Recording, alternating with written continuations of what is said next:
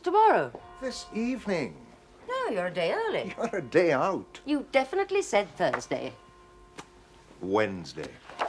I have it down in my diary as Wednesday. Now, how did I make that mistake? I know, you originally said Thursday. Yes, I knew it would be my fault. You're not angry? No, I can't afford to be. Why not? I'm staying for a night or two. Good. Hungry? Ravenous. I've spent the entire day trying to persuade a welfare officer to do a little welfare work for a change. Well, I'll just have a wash and then... No, I won't. It's unlike you to go dirty. You haven't seen the washing facilities here. The basin's cracked and there's... Ooh. No, I'll wait until we get to the restaurant. Who bought the flowers? I did. You don't imagine anybody else would have thought of it? And what did Gallagher have to say? Who are we burying today? Such a wit. Well, how are things going? Paperwork's coming along. The briefs? Still slow, but improving. I've an interesting one coming up. Libel should last a few days. London? Northern Circuit. Oh, yeah. I like your tie. Ah, yes. You do have good taste. John doesn't think so. John can go and jump in the lake. There's nothing wrong with your taste, Harriet. You mustn't let him dictate to you. You stand your ground and tell him to go to hell. I like the man. All he wants is a feminine shadow of himself. He's entitled to his opinion. Not if it's to get a cheap laugh at your expense. You know, you're becoming paranoid about him. Is that your diagnosis? Yes, it is. But you needn't worry. He feels the same about you. Does he? He sees me as one of his vested interests. And what do you think? I think you're a pair of asses.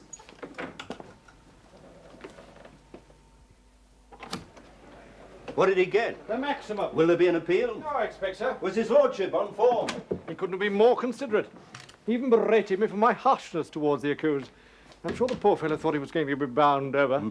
Nearly fell out of the dock when his lordship pronounced sentence. He's very naughty, you know.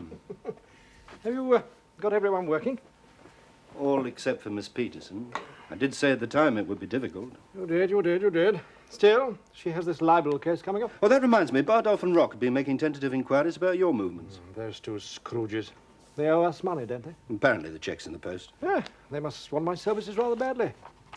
It's the same libel action as Miss Peterson's. They want me to act for the plaintiff? Very much so. Does it warrant a silk? Not on the surface, no. Murky waters. Must remember to pack my deodorant spray. You're interested? Oh, well, I think I might be. You see, I know how Bardolph's mind works. His client's a little worried, a little unsure. That's why he wants the best.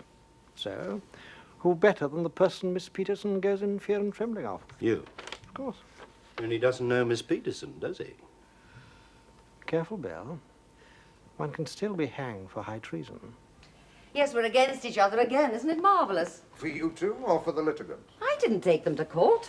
You know, you're beginning to sound as callous as Sir John Almighty himself. Why don't you give your social conscience a night off? No, you've completely missed the point. So, enlighten me. Present me with the opportunity of putting the boot in, and I shall take it. And you know why? Because I'm bloody jealous of the man, that's why. The trouble is, if I don't control my natural instinct to thump him, I'll find you yawning your way out of my life. Yes, you will. Blame it on my reactionary parents. They had this silly notion that if a man and a woman are genuinely fond of each other and are free, they should marry. What about it, Harriet? Go on. At least it would stop me being jealous. You'd give up your country practice for me? I never said that. But you could. No, I couldn't, Harriet. It's my work. It's my bread and butter. I'd be prepared to keep you. And what about my self-respect? What about mine, if I would give up my work, my bread and butter? But it's expected of you. By whom? By those nasty, horrible villains called men. Exactly. Rules made by themselves, for themselves. Well, I don't happen to agree with them. I'd never have known. You know, you chose the wrong moment to propose. I always do. Now, if it had been last weekend, I might have succumbed. Everything went wrong on Friday. It was one of those days. I was slapped down by Gallagher, by another barrister, and by Bill. There were no briefs, no pleadings, nobody wanted me. And when I left, it was pouring with rain. I couldn't get a taxi, and I arrived home soaked to the skin. Well, why didn't you give me a ring? I did. Friday evening, twice on Saturday, you weren't in. So I took myself off to the theatre. I hate going to the theatre on my own. Wasn't Gallagher available? Well, in the mood I was in, it only have irritated me. Well, I thought that would please you. So, where is our friend? Well, if you're referring to junior counsel, I'm afraid he's been detained in court. He sent his profuse apologies and asked me to carry on. Of course, if you'd rather wait hours... Oh, no, I'm not complaining. In fact, I wondered when I would meet the big white chief himself. Well, you now have the pleasure. Personally, I think it's one big con trick. I start off with the solicitor, who then brings in our friend, who then brings in you. When does the Attorney General arrive? Or does he just get commission? Well, the costs would have been even more if we decided on a jury trial. Yes, now that's something that's been worrying me. Were we right to dispense with a jury? You're the one who was complaining about the costs. Oh, to hell with the costs. Provided I don't have to pay for them. Well, you won't, if the verdict goes in your favor. Yes, that's why I'm worrying whether we should leave it to some old fool of a judge. You see, she's such a liar. But the man's such a liar. I just hope the judge will see through him. Do you think you were right not to insist on the services of a jury? Jury trials always take longer, therefore they cost more. And a judge is less likely to award extensive damages. I see. By the way, has Mr. Fielding taken the £505 we paid into court? Well, of course not. He thinks he'll get more. So, what was the point? Say he wins the case. If he doesn't get more than £505 in damages, he has to pay your costs, and they could be quite considerable. It also shows that you're willing to settle. But I don't want to settle. You won't have to. It's too late for him to take the money now. But at least you tried. That could be very important. Now, as you know, we're pleading qualified privilege. I'll never understand that, I'm afraid. It means the other side will try to prove that the letter you wrote was actuated by malice. That's why I'm a little concerned about your relationship with the plaintiff. It was definitely he who broke off the engagement. Yes, Why? because he'd got what he wanted. The house. Yes, I was therefore of no further use to him. You realize the other side will try to prove that you were so angry, so embittered at being jilted, you wrote an untruthful letter in order to get your revenge. Oh, but that's nonsense. He broke off the engagement 14 months before I wrote that letter. His counsel will say it gave the wound time to fester. He'll probably trot out the old cliché about hell having no fury. Are you saying she broke off the engagement? Yes. Why? She didn't think that we'd be compatible. Pity. Pity? Hell hath no fury like a woman scorned. No, you're wrong. Definitely wrong. Far better the other way. That she should have broken off the engagement. It doesn't make me out to be such a heel. And, are you? No. But they'll try to make me out to be one. Now, what you have to concentrate on is my community work. I'll give you some more examples of that. Don't you want to take notes? Tell me, am I advising you, or are you advising me? A great deal is going to depend on this conversation which took place on the evening of March the 27th, 1969. But Councillor Forbes was there, and he's going to be a witness for me. Councillor Martin was also there. He's going to swear the salient part of the conversation never took place. It's only because he and the plaintiff are great buddies. And there's Colonel Watson. He's also against you. Oh, he's never liked me. Ever since I opposed his election to leadership of the council, I shan't lose any sleep over his testimony. Miss Stevens, I think I should warn you. Sir John will show you very little mercy. Oh, don't worry. I'm quite a tough nut. Just as I'm sure you are. How else could we compete with them? And beat them. Nothing would give me greater pleasure than to beat Tom Fielding. And you're positive we'll win? Naturally. And you will be there all the time? I mean, you won't slip off to another court and leave it to your junior, because I'm paying for your services, Sir John, and not for your tuppenny-halfpenny apprentice. Understand? How could I fail to understand such charming eloquence? Goodbye. Goodbye.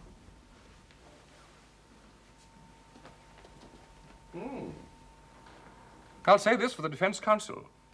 She's prettier than you.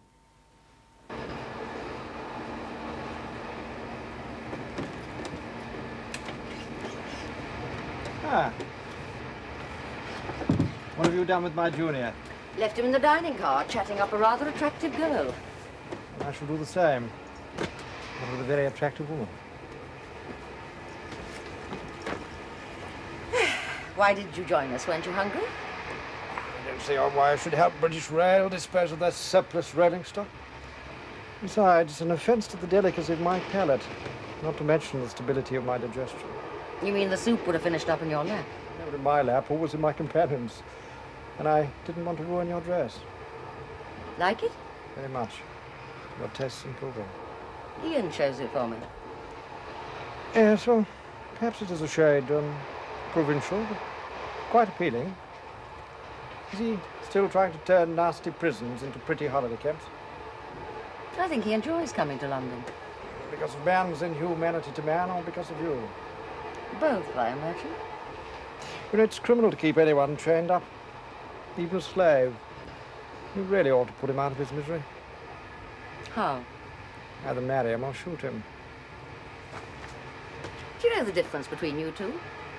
He expresses his feelings, you conceal yours. I'm a thinking man, Harriet. And as Chesterfield said, life is a tragedy to those who feel and a comedy to those who think. Horace Walpole, actually. Who said it? You know, something's happening to our relationship, and I don't think I like. What's that? You're starting to have the last word. Shades of Pygmalion and Galatea. No, Frankenstein and his monster.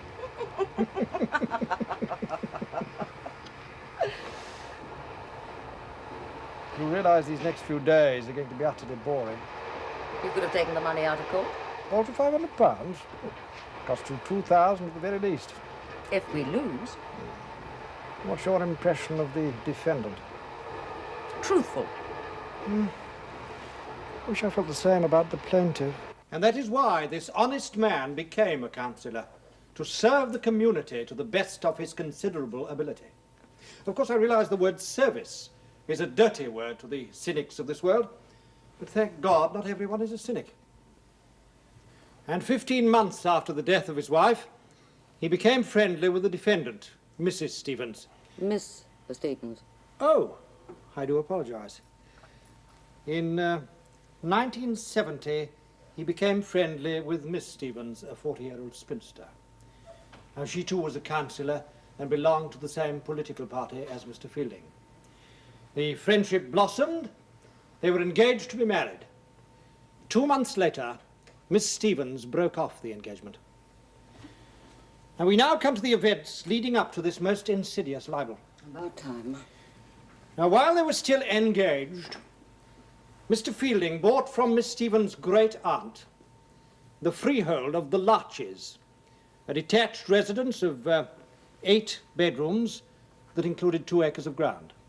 Now, his intention was to give the house to the defendant as a marriage gift. The great-aunt died of natural causes 3 weeks after selling the house. Now, 1 year later, the plaintiff learned for the first time that a council subcommittee of which he was not a member was considering the possibility of buying the Larches and turning it into a sports complex. Mr. Fielding immediately informed the subcommittee chairman that he owned the freehold and was therefore an interested party. Now, the full council, however, decided that the property was ideal for a sports complex, and the transfer of the freehold took place. Now, I shall prove beyond doubt that my client couldn't possibly have known when he purchased the property in question that the council intended to use the grounds as a sports complex. I should now like to call my first witness. Colonel Watson, would you kindly read it aloud? Certainly.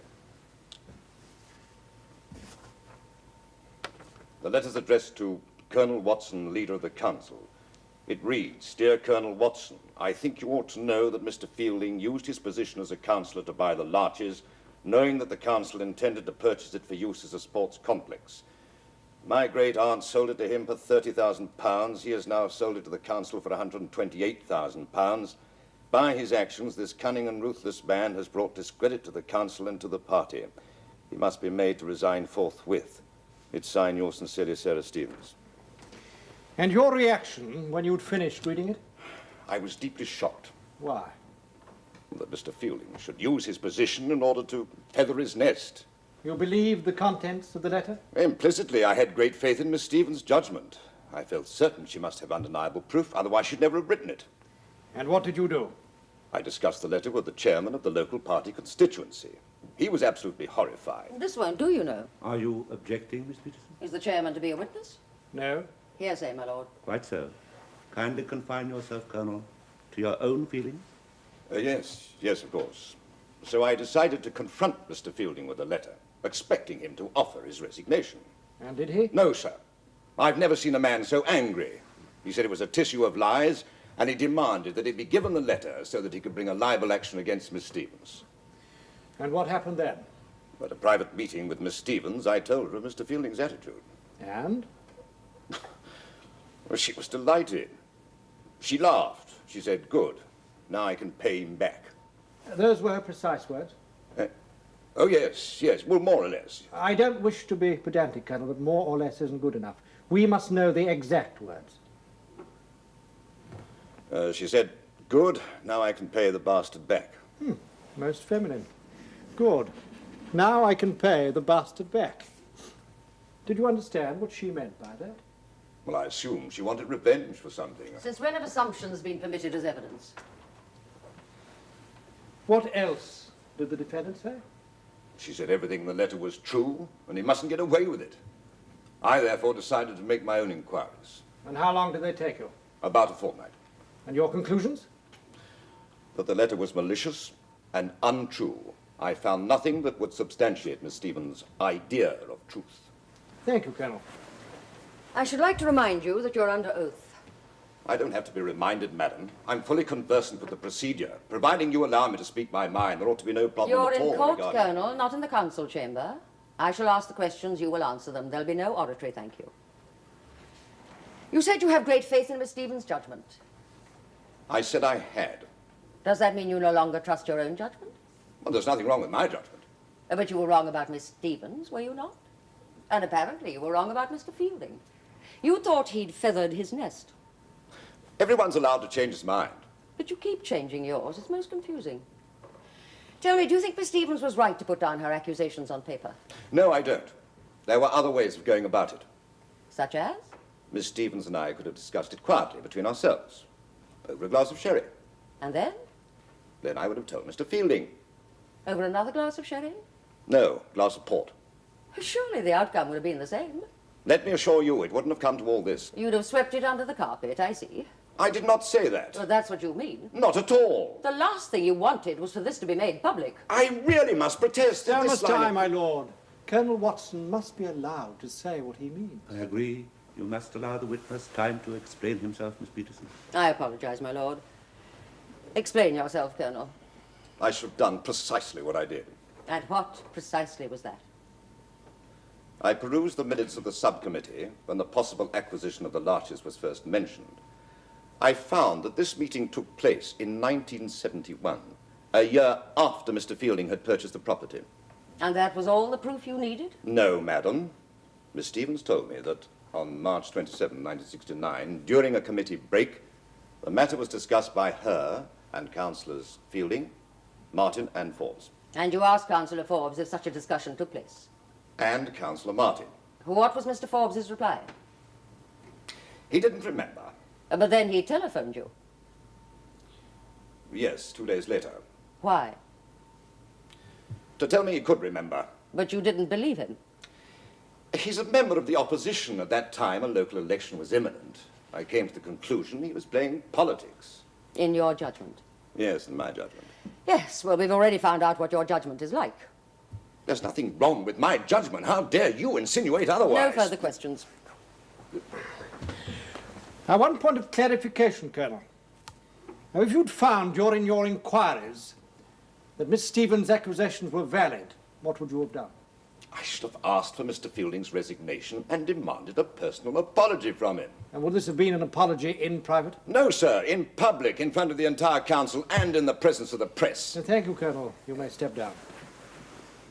Who else was present, Mr. Martin? Mr. Fielding, Mr. Forbes, and Miss Stevens. Was the sports complex discussed at all? Oh, yes. As a matter of fact, it was I who brought up the subject. I said I thought it was about time we had one. Did anyone comment? Councillor Forbes was most enthusiastic about the idea. Did you mention where you thought it should be built? No. Did anyone? No. Would you say you and Mr. Fielding are good friends? Oh, yes. We often play golf together. You never again discussed the sports complex with him? No? Not even later, when you were deputy chairman of the subcommittee that dealt with the matter? We never discussed it. He never told you he'd acquired the freehold of the Larches? No. It came as a complete surprise to you? Yes. You did say you and Mr. Fielding are good friends. Yes. No further questions. Neither have I, my lord. Yes. Well, I think we've reached the stage when we can adjourn until Monday morning, yes?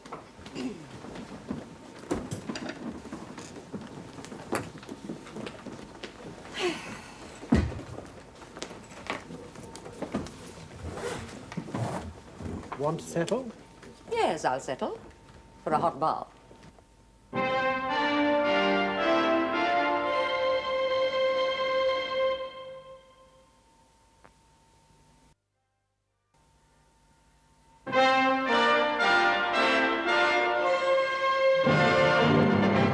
I doubt whether Colonel Watson's been spoken to like that since he was in nappies. You shouldn't have been so pompous. Still, I think you might have won that round. Ah, but you handled Martin beautifully. Even so, I'm looking forward to Monday and winning the case. You'll win it only if the judge is prejudiced. The old boy's never left the upper fifth, Harriet. I'm sure he considers Miss Stevens a little sneak. Is that how you're going to play it? I shall play to win. It's what I keep saying. It's just a game to you people. Kind of termed it a sport. And to hell with feeling. Well, does the surgeon feel anything as he chops off the patient's leg?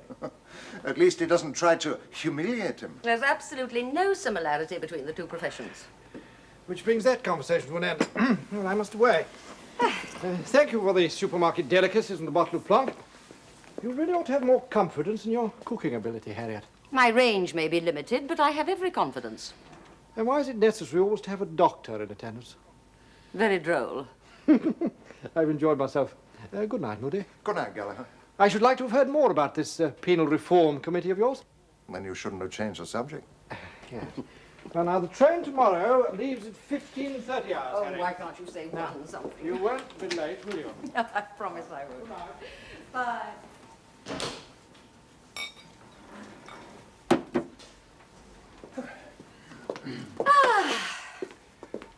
That man is a bloody bull. He only does it to annoy you. I thought the idea was for us to have a nice, quiet evening on our own. He invited himself. That follows. He's quite lonely, you know. Is it surprising? This is nicer. Yes, isn't it? Still looking for a boat? Mm-hmm. I've narrowed it down to these three. Here, the choice is yours. That's just a sop. Anything to get me to Crew Point. What do you like as a skipper? Sheer hell. Hello? Speaking? Really? Yes, please. Thank you. Goodbye. That was Miss Stevens' solicitor. He's found out something very interesting about Mr. Fielding. Oh? I like this one. Why? The sails are such a lovely colour. And this £30,000 house with its 2 acres of ground was to be a wedding gift to your future wife? Partly a gift, partly insurance. Insurance? Should I ever become bankrupt? Yet you didn't put the house in her name. I was going to do that at a later stage, How much later? after we were married. What made you decide to wait until then? Well, as a businessman, I would never dream of paying for merchandise until I'd received it. Is that how you saw your future wife, as merchandise? Oh, come, I was being flippant. I suggest you were being flippant when you proposed marriage to her. You may suggest what you like. Did you mention the transfer of the freehold to anyone other than Miss Stevens and her great-aunt? No. You still maintain you bought the Larches as a wedding present for your future wife. Well, she loved the dear old house. You had no other reason for wanting it. No. But surely, Mr. Fielding, you showed an interest in it in November 1969. 6 months before the engagement, you offered Miss Stevens' great-aunt £25,000 for the property. Why? I thought it would be ideal as a convalescent home for senior citizens who had become blind. It was to be a gift to the community. Your philanthropy does you credit. Thank you. Is any of this in writing? No, It was just an idea that never got off the ground. We have to take your word for it, as we do for the transfer of the freehold. I'm afraid so. But the vendor refused to sell. Yes. And a few weeks later, you suddenly became attracted to the vendor's niece. I found I enjoyed her company, Coincidence? if you like. But you've known her since 1966, Mr. Fielding. Only as a fellow councillor. You'd seen her, sat near her, Only in the council chamber. talked to her, dined with her. Only at civic functions. But you weren't attracted to her. I was a happily married man for 2 of those years. Happily married? Yes, happily married. Even though your wife started divorce proceedings against you on the grounds of adultery?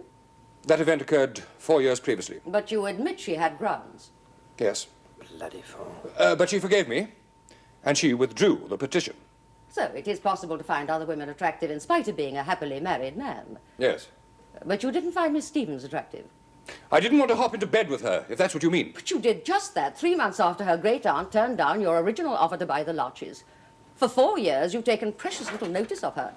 But now, of course, she'd become a highly desirable piece of merchandise. I object. Yes, it is wrong to use the word merchandise in that context. It was the plaintiff who categorized his fiancée as merchandise. He did say he was being flippant, Miss Peterson.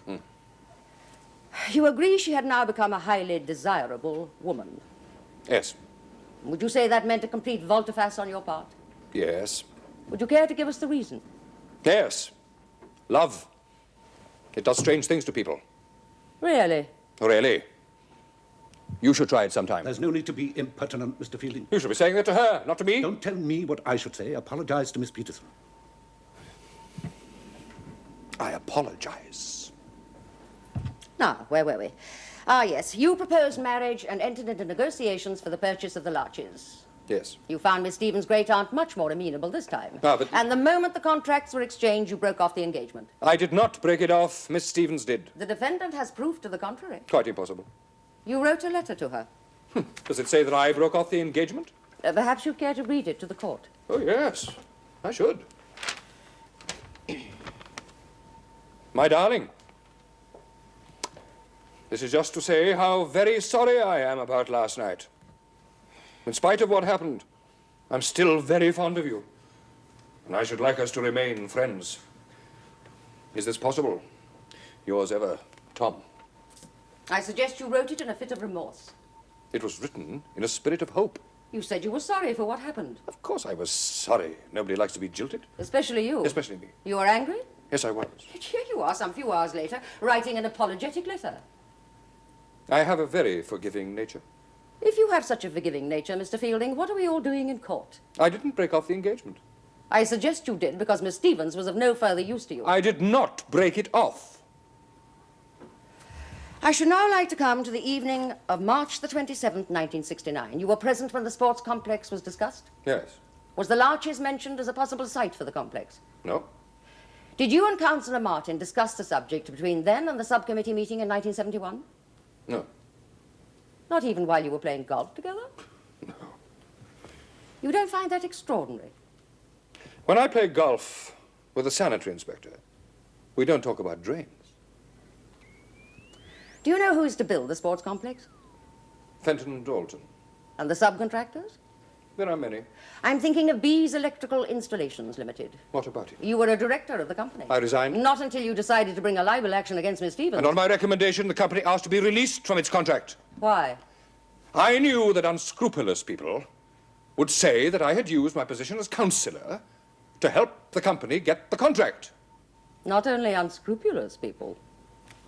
No further questions. What was your involvement regarding B's Electric submitting a tender? I knew nothing about it until the acceptance of the tender. That is the reason I resigned my directorship. But you didn't immediately press the company to withdraw from the sports complex? No, because I knew a number of men would lose their jobs. I waited until I personally had found these men other employment. And would you say your being a councillor has made any financial difference to the company? Yes.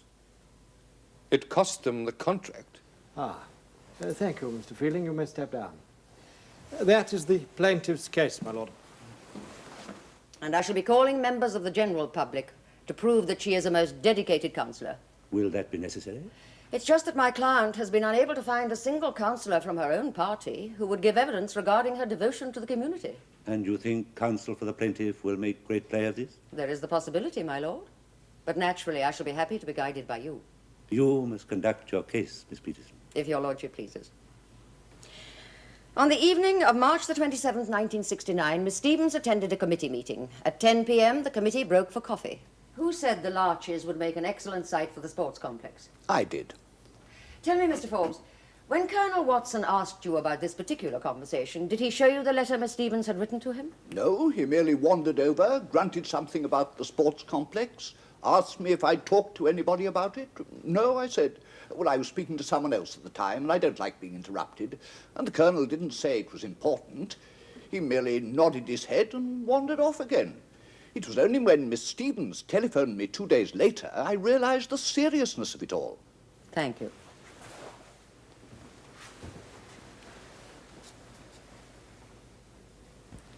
Now, you're a member of the opposition.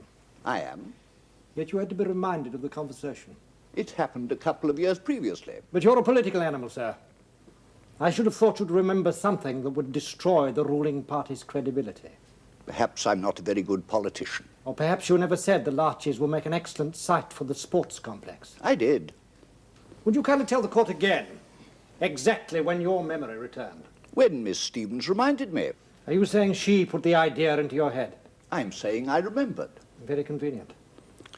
I'm not here to make political capital, sir. The fact that you're in the witness box surely proves otherwise. No, I'm simply here to defend the lady's honour. Most gallant of you, if it were true. Which it is. Councillor Martin has stated that the Larches was never once mentioned in the conversation. Are you saying he's a lie? I'm not that uncharitable. Thank you. No further questions. What was your reaction to his proposal? I'm afraid I laughed. Laughed? I didn't take him seriously. When did you take him seriously? After I'd received the 6th bouquet of roses, I then came to the conclusion he meant it. And you were happy? I was astonished, but flattered. Had you ever received a serious proposal before? Once, 2 days later, he was killed in a plane crash. Were you and that man lovers in the physical sense? No, with no one until Mr. Fielding. Has the possibility never arisen? Yes, 3 or 4 times. I had always refused. Why? I was not in love with them. But you were in love with Mr. Fielding? When it happened, yes. Was it an easy decision to make? No, I should have preferred to wait, but he persuaded me. Besides, he had said he was going to marry me. What happened to the relationship after Mr. Fielding became the owner of the Larches? It changed. His whole attitude towards me changed. I hardly saw him. He kept avoiding me, kept making excuses. And then about a month or so later, he asked me out for a drink and told me the engagement was off. Did he give a reason?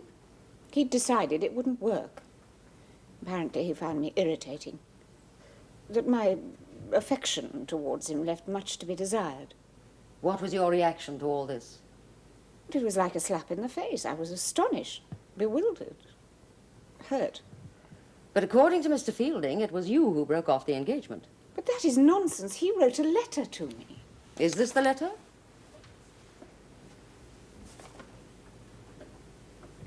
Yes. Read it to the court, Miss Stevens.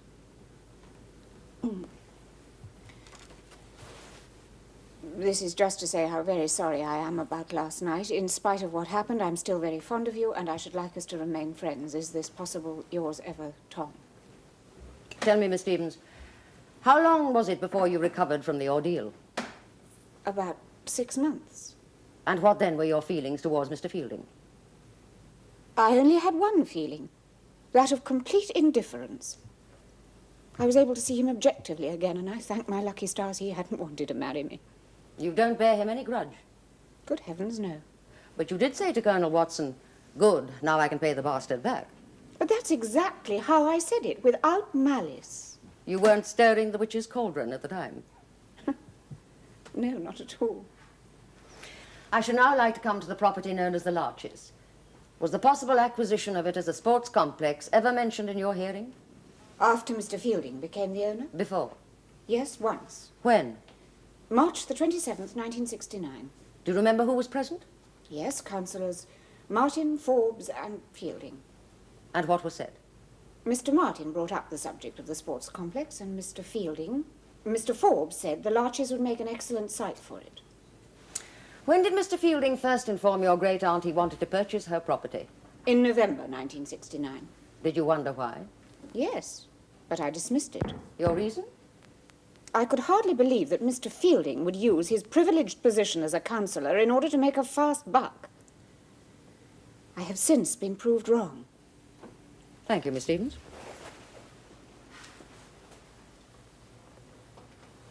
Not yet, Miss Stevens. It's now my turn.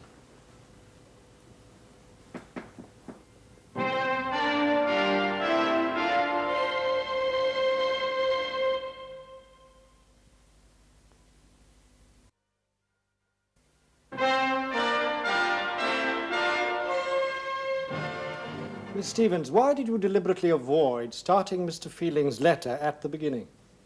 It wasn't deliberate. Can you recall the words you purposely ignored? I didn't ignore them. What were the two words? My darling. And does that sound to you like a man who had simply exploited you? If the man's a hypocrite, yes. Well, I suggest it's a most sincere letter. And for you to state otherwise shows a certain degree of heartlessness. But I didn't state otherwise. And so you agree it was a sincere letter? I'm prepared to give him the benefit of the doubt, yes. And what would you say if I were to maintain that the letter does not prove that he jilted you, but that you jilted him? I should find it most amusing. Then please prepare yourself for a good laugh. I suggest it was you who broke off the engagement. No. Now, what is it we read? My darling, this is just to say how very sorry I am about last night. In spite of what happened, I'm still very fond of you. Now, would you not say such a letter was from a gentleman with a forgiving nature? Forgiving? For breaking off the engagement? For being told you no longer wish to marry him.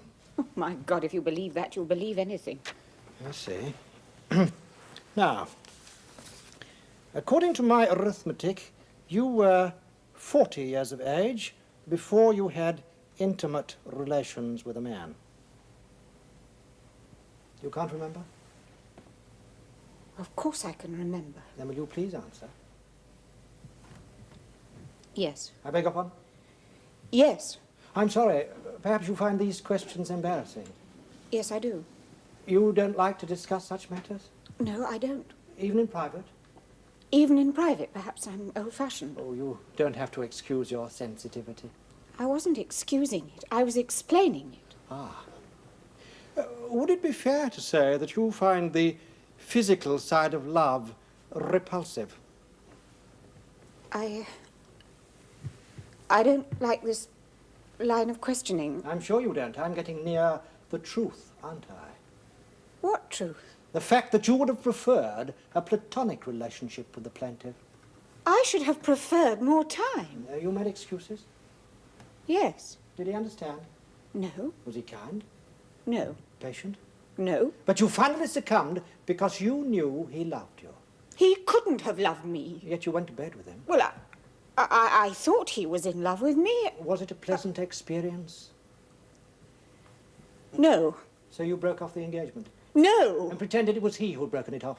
But why? To save yourself the embarrassment of talking about it in open court. But this isn't true. You're twisting everything. Then tell me this. Did you discuss your physical aversion with your solicitor? How could I possibly discuss such things with a man? With your counsel, then? I never thought you'd sink to this. Madam, I'm prepared to crawl underground to find out the truth. But this isn't the truth. But you've admitted you wanted a platonic relationship. I did not admit it. But you would have preferred it, yes? Yes. But Mr. Fielding was not interested in such a relationship? No. So who won? He did. And this is when you started to hate him. I hated myself. But you no longer loved him. I did. While he was being intimate with you? No. And what were your feelings then? I felt I was being used. And you hated him for it? For a few moments, perhaps. Not perhaps. Yes! Yes, then! And not for a few minutes, but from then on. In bed or out of it. Because you were revolted by the depth of his feelings for you. It's not as simple as that. It was this you had in mind when you said to Colonel Watson, "Good, now I can pay the bastard back." Yes. You wanted vengeance. No! You've admitted you hated Mr. Fielding, and your letter to Colonel Watson proved it. You didn't care what lies you told, provided he suffered for having had the effrontery to fall in love with you. That's a filthy thing to say. Madam, the truth can be filthy. No further questions, my lord. I should like you to answer this, Miss Stevens. Was his love-making natural or unnatural? It was perfectly natural. You're not saying that to avoid further embarrassment. There was nothing perverted about it. And in spite of your revulsion, you didn't break off the engagement? No, I did not. Thank you, Miss Stevens. You may step down. And furthermore, there was the remarkable attack which my learned friend chose to launch upon the defendant. Your lordship may well consider it had little to do with the issues in this case, save to cast light upon the plaintiff's character.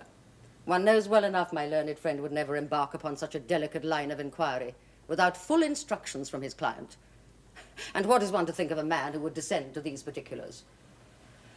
I invite your lordship to hold that the purpose of this personal attack was to divert attention from the real issue in this case, namely, whether on the evening of March the 27th, 1969, the Larches was mentioned as a possible site for the sports complex in Mr. Fielding's hearing, and whether he used that knowledge to further his own ends. Your lordship will remember that Messrs. Martin and Fielding are good friends, and you may consider it improbable that friends would fail to talk business on the golf course. It would be like barristers remaining mute about the outcome of a case in which they were involved.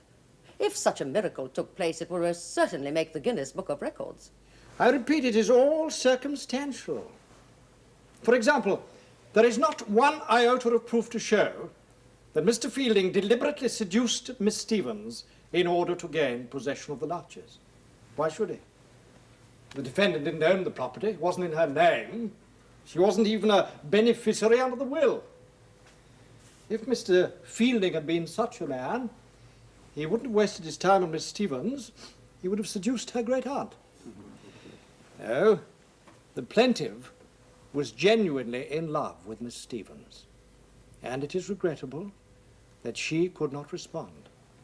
A tragedy undoubtedly exists here, but such a tragedy has no relevance in this particular case. Then why did you keep on at me about You it? must remain silent. It wasn't necessary. He's just said it wasn't Unless necessary. you and yet he remain went silent, on and Miss on. Stevens, you will go to prison for contempt of court.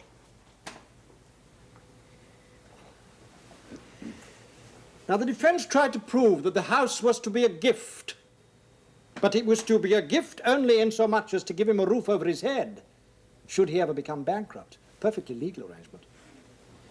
Now, you may say, why did B's Electrical Installations Limited submit a tender for approval? My immediate retort is, why not? It wasn't sent anonymously. Mr. Fielding's name was on all the company letter headings. Now, no one has come forward to say it was a conspiracy. No one has complained of favoritism. The defense counsel tried desperately to use the ploy of guilt through resignation. What else was the poor man to do? If he hadn't resigned, it would have been wrong. You cannot win with some people.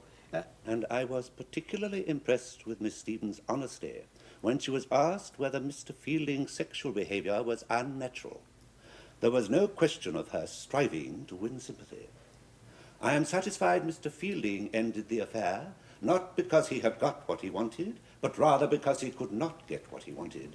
And as I am not here to judge his morals, I shall leave it at that, except to say that my sympathy is with Miss Stevens. Was Mr. Fielding a cruel and ruthless man in matters of business? Not one witness came forward to testify that he was. I am quite satisfied that Miss Stevens did not have his business affairs in mind when she wrote that he was a cruel and ruthless man. Was there a conspiracy of silence? I saw and heard Colonel Watson give evidence. I am satisfied he is a man of principles, a man of mature judgment, a man who has fought the good fight on the verbal battleground of local government. He was horrified by the content of the letter, and he immediately instituted his own inquiries. There could not be a conspiracy of silence with such a man in charge. Furthermore, he did not strike me as someone who would wander into a conversation, grunt, and wander out again, as Councillor Forbes stated. I watched the two councillors and listened to them most carefully. I preferred the recollections of Mr. Martin to those of Mr. Forbes. I am quite satisfied that during the conversation of the 27th of March, 1969, the Larches was never mentioned as a possible site for the sports complex. Mr. Fielding has therefore cleared his name. However, in arriving at the amount of damages I must award, I have not been uninfluenced by the allegations he chose to make through the mouth of his counsel. Furthermore, he has not suffered financially. I award him the sum of £500 damages. I ask for judgment for £500.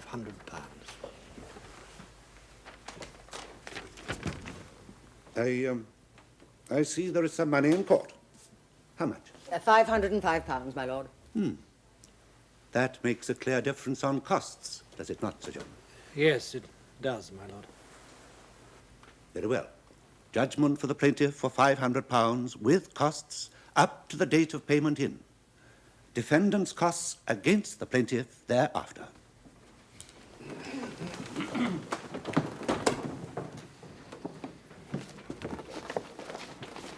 What does it mean? Who has won? It's cost you 500 odd pounds, but you haven't lost. I'm sorry, I just don't understand. You paid £505 into court. If Fielding had accepted that amount, you'd have had to pay all the costs up to that time, and that would have been the end of it. But because he refused to settle, he now has to pay the costs from the moment the money was paid into court, plus his own, of course. And that'll come to something much more than £500. But why? Because that's the way the law works. It's intended to encourage people to settle cases. Isn't that so, Sir John? At one point, I was relieved the proverbial farthing was no longer in circulation. He certainly didn't like your client. I was rather hoping yours would lose the old boy's sympathy with that ghastly feminine outburst of hers. So embarrassing. I'm surprised he allowed Fielding the satisfaction of even a Pyrrhic victory. I wonder why he did. Probably because of the tie. Tie? What tie? Whose tie? Colonel Watson's. He and the judge went to the same school. Really, Sir John, you're surely not suggesting there was a conspiracy of silence between them? Why, we're talking about men of principles, men of mature judgment, men who have fought the good fight.